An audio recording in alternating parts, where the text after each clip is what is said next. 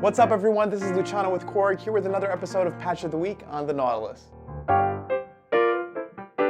This time we're talking about EQ and how important it is to crafting your right piano sound. So one thing that's great about these real-time control knobs is you can assign them to do whatever you like. And if you click this button here below the knobs, you can see that now I can bring it down to user assignable. So I have 1 through 6 and I can make them do whatever I want on Nautilus. But by default, 4, 5, and 6, when you're in the user category, are going to affect the low gain, the mid gain, and the high gain of the 3-band EQ that you can see here on the Nautilus screen. So if I click where it says 3-band EQ, I'm in the user section. If I move knob 6, you're going to see it's adjusting that high gain. Mid gain is number 5, and number 4 will adjust the low gain. But on the screen here, you can see this mid cutoff, and this allows me to specify where I might be boosting or cutting that mid-range frequency. And this is one of the most important things you can affect about a piano sound to accentuate certain parts of the piano sound that you want to hear. You can hear as I sweep that mid-range frequency, and I'm cutting it down a little bit.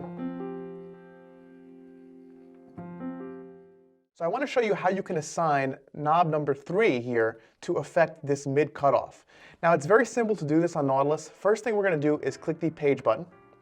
And from there, we're going to go to the basic XY controllers tab. And on the bottom of the screen, you're going to want to go to the controllers section.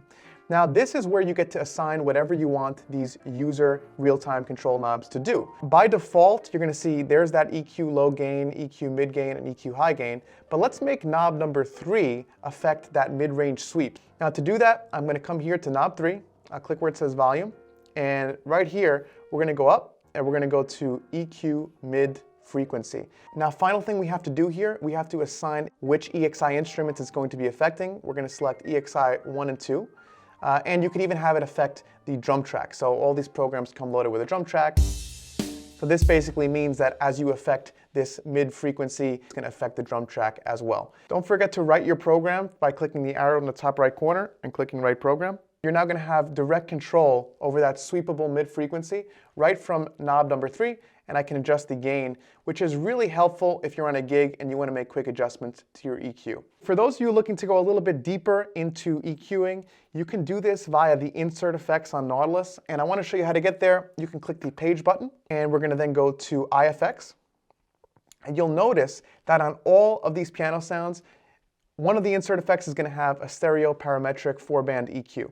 So I'm going to go to IFX 1 to 12. A 4-band EQ will allow you to get even more specific about the frequencies you are bringing out in your sound.